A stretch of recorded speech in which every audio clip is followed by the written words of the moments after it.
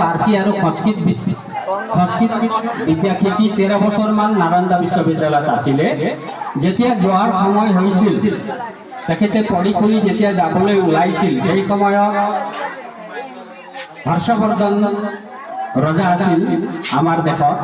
হৰ্ষবৰ্ধন ৰজাই কৈছিল, আমাৰ ভাৰতীয় সংস্কৃতিত কি আছে, অতিথি দেৱ ভৱ, অতিথিক আমি ভগৱানৰ তুল্য কৰোঁ বা ভগৱান তুল্য কৰোঁ। গতিকে তেখেতে কৈছিল, আপুনি এনে যাব নোৱাৰে, আপুনি বিচাৰক আপুনি কি দিম। সেই সময়ত সোণৰ পইচা আছিল ভাৰতত, তেখেতে ধন সম্পদ বিচৰা নাছিল।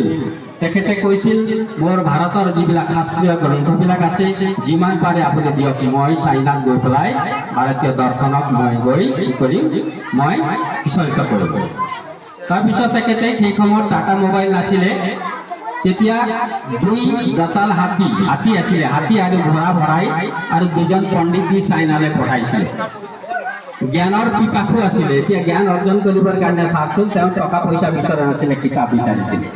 আৰু আমি ইতিহাসত পাওঁ, যেতিয়া ৰোমানবিলাকে গ্ৰীকবিলাকক অত্যাচাৰ কৰিছিলে, ঘৰত আনি জুই লগাই হত্যা কৰিছিলে, তেতিয়া এই গ্ৰীকৰ মানুহবিলাকে কেতিয়াও টকা পইচা লৈ তেওঁলোক ঘৰৰ পৰা পলোৱা নাছিল। তেওঁলোকে নিজৰ কিতাপৰ টোপোলা লৈ পলাইছিল, কাৰণ কিতাপক লৈ ইমান তেওঁলোকে আগ্ৰহী, কিতাপ পঢ়াৰ কাৰণে অধ্যয়নশীলতা তেওঁৰ লগত আছিল।